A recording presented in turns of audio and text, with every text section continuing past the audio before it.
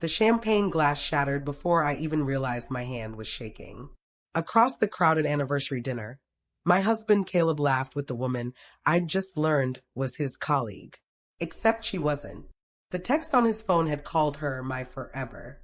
That word burned through my chest like acid. He noticed me watching and smiled, the kind of calm, practiced smile only a man with well-rehearsed lies could wear. The restaurant buzzed with conversation, clinking glasses, birthday songs from nearby tables. But all I could hear was my own heartbeat pounding in my ears. A waiter rushed over to clean the broken glass at my feet. I apologized, my voice somehow steady. Caleb reached across the table and squeezed my hand. "You okay, babe?" he asked, concern painted perfectly on his face. I nodded, forcing a smile that matched his. That's the night I decided he would never see me coming. My name is Marissa Cole, and for 3 years, I believe Caleb had saved me. I met him during the worst period of my life. My marketing firm had downsized, cutting half the staff, including me. My savings were gone within 2 months. I was working double shifts at a coffee shop, barely covering rent. Then Caleb walked in one Tuesday morning, ordered an espresso, and left a $20 tip with his number written on the receipt. He texted me that evening. We met for dinner that Friday. He was confident, successful, generous. He listened when I talked about my failed career. He made me feel seen after months of feeling invisible. Within 6 weeks, he'd paid off my credit card debt. Within 3 months, I'd moved into his apartment. Everyone said I was lucky. I thought I'd finally caught a break. I didn't know the rescue was a trap. Caleb was perfect at the beginning. He opened doors, remembered my coffee order down to the exact amount of cream, sent flowers to my new receptionist job just because. My coworkers called him a dream. My mother cried happy tears when we got engaged after 8 months. He told everyone I was his muse, his calm after years of chaos. He'd been through a rough divorce, he said, and I was his second chance at happiness. I loved being someone's second chance. I loved feeling needed. He bought me clothes because mine were too worn out. He upgraded my phone because mine was embarrassing. Every gift felt like love. I didn't see how every act of care was another step toward control. "You don't need to stress about work," he'd say when I mentioned wanting to find something better than answering phones. "Let me take care of things." And I believed him. The changes happened so slowly I didn't notice them adding up. First, it was, maybe don't see your old coworkers so much. They remind you of a hard time. Then it was, your boss flirts too much. I don't like how he looks at you. When I mentioned drinks with friends, he'd get quiet, hurt. "I thought you wanted to spend time with me," he'd say softly. The guilt was crushing. So I stopped going out. I stopped returning calls. Before long, I wasn't seeing anyone but him. He framed it as protection, not possession. He'd hold me after these conversations and whisper, "I just love you so much. I can't stand the thought of losing you." I told myself that's what real love looked like. Partnership, compromise, devotion. I didn't realize I was being erased one choice at a time. My world got smaller and smaller until it was just him. Caleb said he ran a real estate investment firm called Apex Holdings. He wore expensive suits, carried 2 phones, and worked late 3 nights a week. I bragged about him to the few friends I still texted.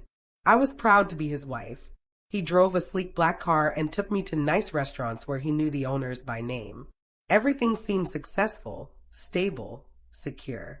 Until the credit card bills started arriving, under my name, for charges I'd never made. Flights to cities I'd never visited.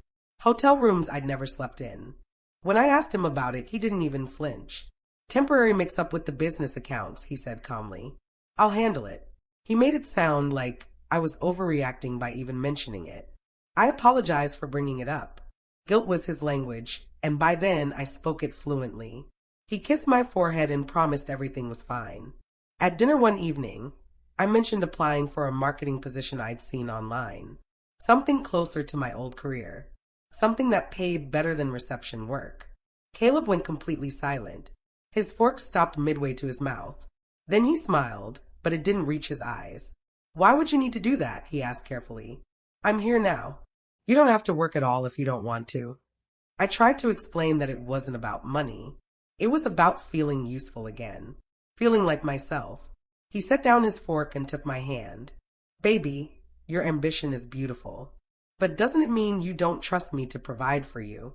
His voice was soft, wounded. I felt terrible instantly. Like I'd insulted him by wanting independence. I apologized. I promised I was just thinking out loud. That night, he rewarded me with affection, expensive wine, and compliments about how much he loved my trust in him. Manipulation never felt so gentle. My best friend, Heather, called me crying one night. You've disappeared, she said through tears. I miss you. You don't answer anymore. You canceled our last 3 plans. I heard Caleb's footsteps behind me. He took the phone gently from my hand and mouthed, "Put it on speaker." I did. Heather kept talking, begging me to meet for coffee, to just talk. After I hung up, Caleb sighed dramatically. She's jealous, babe, he said, pulling me close. She's still stuck in that dead-end job while you're thriving. She wants you to fail like her. His words stung because part of me wondered if they were true. Heather had always been competitive. Maybe she couldn't handle my happiness. I blocked her number that night to prove my loyalty. I didn't see his small, satisfied smirk as he kissed my hair. He was winning, and I didn't even know we were playing a game. 6 months after our wedding, Caleb surprised me. I bought us a house, he announced, grinning. He drove me to a beautiful 2-story home with a wraparound porch. I cried. I thought it meant forever. He handed me a stack of papers to sign. Just standard ownership documents, he said casually. I signed everything he put in front of me without reading a single page. Why would I? He was my husband. The house wasn't in my name. I found out months later when mail arrived addressed only to him. When I asked why, he had an answer ready. Your credit is better protected this way, he explained. If anything happens to the business, they can't touch the house because it's not linked to you. It sounded smart, logical. I smiled through the nausea in my stomach. Love was supposed to be trust, I reminded myself. I kept choosing trust, even when my gut screamed otherwise. One night, his phone rang while he was in the shower. The name on the screen said, business partner. I almost didn't answer, but it kept ringing, insistent, urgent. I picked up. Hey, baby, a woman's voice purred. I'm outside. You coming? I froze. When Caleb came out, towel around his waist, I held up the phone. He didn't even look worried. He laughed. Oh, that's Angela. Inside joke from college. She calls everyone baby. He took the phone and texted something quickly. My stomach sank, but I wanted to believe him so badly. I wanted my life to be real. So I convinced myself I was overreacting. I apologized for being suspicious, but something inside me started keeping score. Small details I'd ignored before suddenly had weight. Late nights, unexplained charges, that woman's voice calling him baby. I filed it away silently, carefully, like evidence I wasn't ready to use yet. That text at the anniversary dinner wasn't from a stranger. After I saw it, I started digging. The number was saved in his phone as Realtor Angela. But Angela wasn't a realtor. She was his fiancée, from before me. I found their engagement photos on an old social media account he thought he'd deleted. Same smile, same lies. They'd never broken up. He'd just upgraded to a better version. To me, someone younger, someone easier to control, someone with debt he could leverage into dependence. I scrolled through years of photos. Vacations I thought were business trips. Dinners I thought were client meetings. She was there in the background of his life the entire time. He'd built 2 separate worlds and managed them both perfectly. I wondered if she knew about me, or if she thought she was the only one too. My hand shook as I closed the browser and cleared the history. He couldn't know I knew. Not yet. That night, I lay awake beside him. The soft glow of his phone screen lit his face every few minutes as messages came in. His lies breathed beside me, warm and alive. I studied his face in the darkness. The face I'd kissed. The face I'd trusted. It looked like a stranger's now. I wanted to scream, to shake him awake and demand the truth. But something colder settled over me instead. Something calculating. I thought about everything I'd lost. My friends. My career. My confidence. My name on credit cards I'd never used. I whispered into the dark, so quietly he couldn't hear. You picked the wrong woman to break. The words felt like a promise, like an oath. From that moment, everything shifted. I wasn't a victim planning to leave. I was a strategist planning to win. And he would never see it coming because he'd trained me too well to hide my feelings. I could have left, packed a bag while he was at work, and disappeared. But that felt too easy. He'd walk away unscathed, spin the story to his friends, paint me as crazy or unstable. He'd find another version of me within months. Another woman with debt and desperation he could weaponize into devotion. I decided to stay. Quietly, patiently. I would become everything he thought I couldn't be. Dangerous. I started planning that morning while he kissed me goodbye, telling me he had meetings all day. I smiled and wished him luck.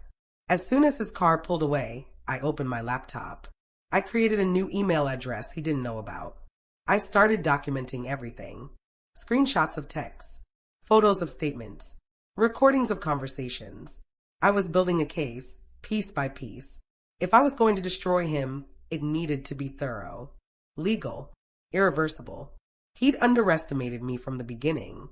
That would be his fatal mistake. I played my role perfectly after that. I cooked his favorite meals. I laughed at his jokes. I let him believe I was still blind, still devoted, still his. Meanwhile, I collected evidence like a detective. I found emails he'd forgotten to delete, bank statements hidden in his office drawer. I discovered he'd been funneling money through fake accounts using my identity. The credit card charges weren't mix-ups. They were intentional.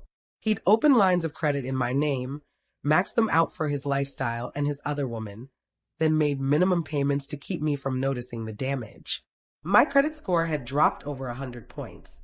The house, the car, the investments he bragged about, all built on fraudulent applications using my social security number. He wasn't just lying. He was destroying me financially while making me thank him for taking care of me. The rage I felt was ice cold and sharp. My heart stopped aching the day I stopped needing answers. I only wanted results. I took a part-time job at a title company downtown. I told Caleb it was just filing work, something to keep me busy during the day. He barely looked up from his phone when I mentioned it. "Whatever makes you happy, babe," he said absently. What he didn't know was that I'd gotten the job under my friend Paige's referral, someone from my old life he'd made me cut off. The title company gave me access to property records, mortgage documents, and ownership transfers.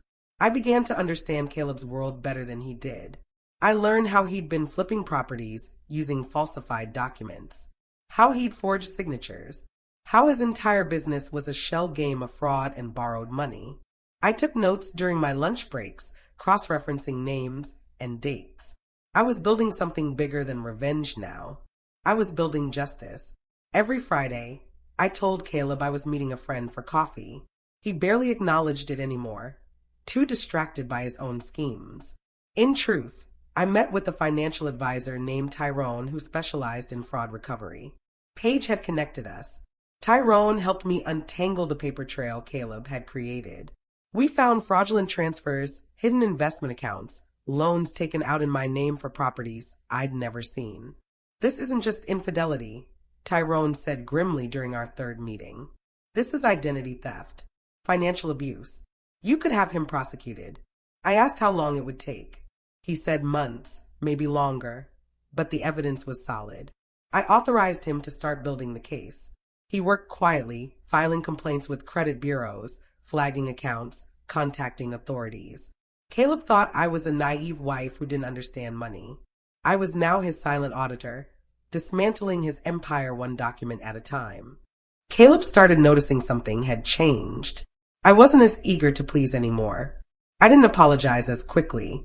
I smiled more, but the warmth was gone.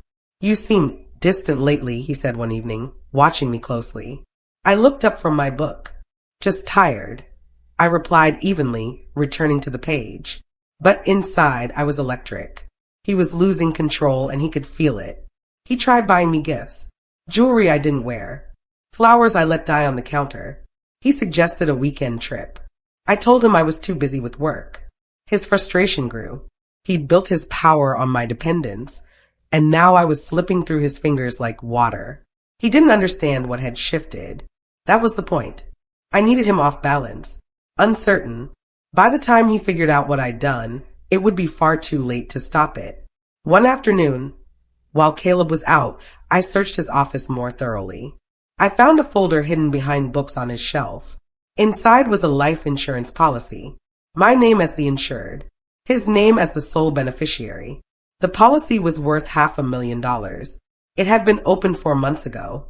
My stomach turned ice cold. He wasn't just using me. He was planning to replace me. Permanently. I photographed every page with shaking hands. I sent the images to Tyrone immediately. His response came fast. This changes everything. File a police report now. But I didn't. Not yet. If I moved too soon, Caleb might disappear, destroy evidence, or twist the story. I needed everything locked in place first. I needed him to feel safe, secure, untouchable. Only then would I pull the floor out from under him. I put the folder back exactly where I'd found it and went downstairs to start dinner like nothing had happened. I told Caleb I wanted to take a vacation. Somewhere romantic, just the two of us, to reconnect. His face lit up. Finally, he said, pulling me close. I've been waiting for you to come back to me. I booked the trip the next day, using his credit card like he'd always encouraged me to. But I didn't book one destination. I booked 2 separate tickets. One for me to visit my sister across the country, someone I hadn't seen in 2 years because Caleb had convinced me she was toxic. And 1 ticket, under his name, sent directly to the IRS fraud division along with a thick envelope of documents Tyrone and I had compiled. Bank statements, forged signatures, property records, the life insurance policy, a timeline of financial abuse spanning 3 years. I mailed it with a cover letter explaining everything. Then I smiled at Caleb over dinner and asked if he preferred the beach or the mountains. 2 days before our supposed trip, Caleb's primary business account was frozen. He found out while we were having breakfast. His phone rang. He answered, listened, and went completely pale. There's been a mistake, he said into the phone, his voice tight. An investigation? For what? I sipped my coffee slowly, watching him over the rim of my mug. His calm, controlled mask was cracking for the first time. He hung up and stared at his phone like it had betrayed him. Everything okay? I asked innocently. Just a banking error, he said, but his voice shook slightly. I'll fix it. Except he couldn't. By noon, 2 more accounts were flagged. By evening, his business lines of credit were suspended pending review. He paced the kitchen, making frantic calls, demanding answers nobody could give him. Someone's sabotaging me, he shouted at one point. I met his eyes calmly and said, maybe karma's tired of waiting. Over the next week, Caleb's world unraveled faster than he could process. More accounts froze. His company was flagged for a federal investigation. Clients stopped returning calls. Properties he claimed to own were revealed as rental scams. I'd sent everything anonymously, carefully, strategically. Not for revenge, but for justice. His phone buzzed constantly. His voice got louder, more desperate. He accused business partners, old enemies, even Angela at one point. But never me. I was his wife. His devoted, financially illiterate, grateful little wife. I went to work each day, came home, cooked dinner, and watched him fall apart piece by piece. At night, I'd lie awake beside him and feel nothing but cold satisfaction. He'd spent 3 years making me feel small. Now he knew how it felt to have everything collapse while smiling faces pretended nothing was wrong.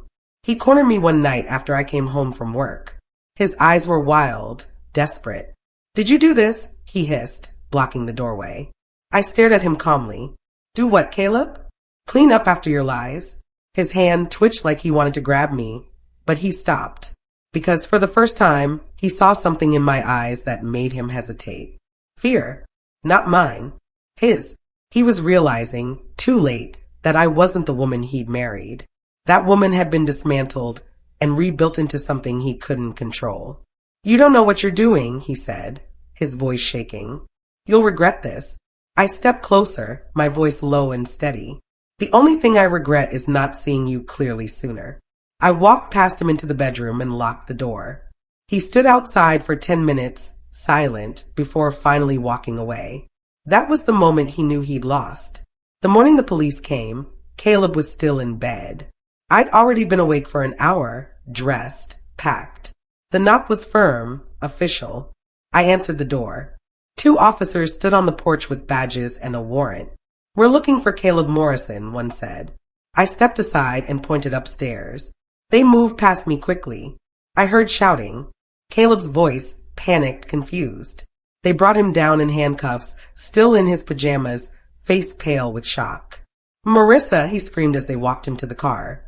Tell them this is a mistake." I stood on the porch, arms crossed, and said nothing. The charges were read: identity theft, wire fraud, falsifying documents, financial elder abuse on a previous victim I hadn't even known about. His empire of lies had collapsed overnight. Even Angela, the woman he'd called forever, had turned on him once investigators contacted her with evidence he'd been using her name in another scam. I stood on the porch long after the police car disappeared. I expected to feel rage or triumph. Instead, I felt peace. The kind of peace that comes from surviving someone who tried to rewrite your entire story. The neighbors stared from their windows. I didn't care. For 3 years, I'd lived in a prison of his making, decorated with gifts and compliments and control. Now the doors were open. I walked back inside, grabbed my suitcase, and called Paige. "It's done," I said. She cried. I didn't. I'd already cried enough for a man who'd never deserved a single tear. I drove to her apartment and stayed there for 2 weeks while the legal process began. Tyrone helped me file for divorce, for bankruptcy protection, for restoration of my credit. It would take time, but time was something I finally had again. Rebuilding took months. Therapy helped me untangle the manipulation from the love I'd thought was real. I learned words like gaslighting, coercive control, financial abuse. I learned I wasn't weak for falling for it. I was human. Caleb had been a predator, skilled and patient. I'd been his target, not his partner. Slowly, I started reconnecting with people I'd lost. Heather forgave me instantly, crying as she hugged me. My sister flew in and stayed for a week. I got a new job in marketing, something closer to my old dream. My new boss told me once, after a successful pitch, "You carry yourself like someone who's been through fire." I smiled.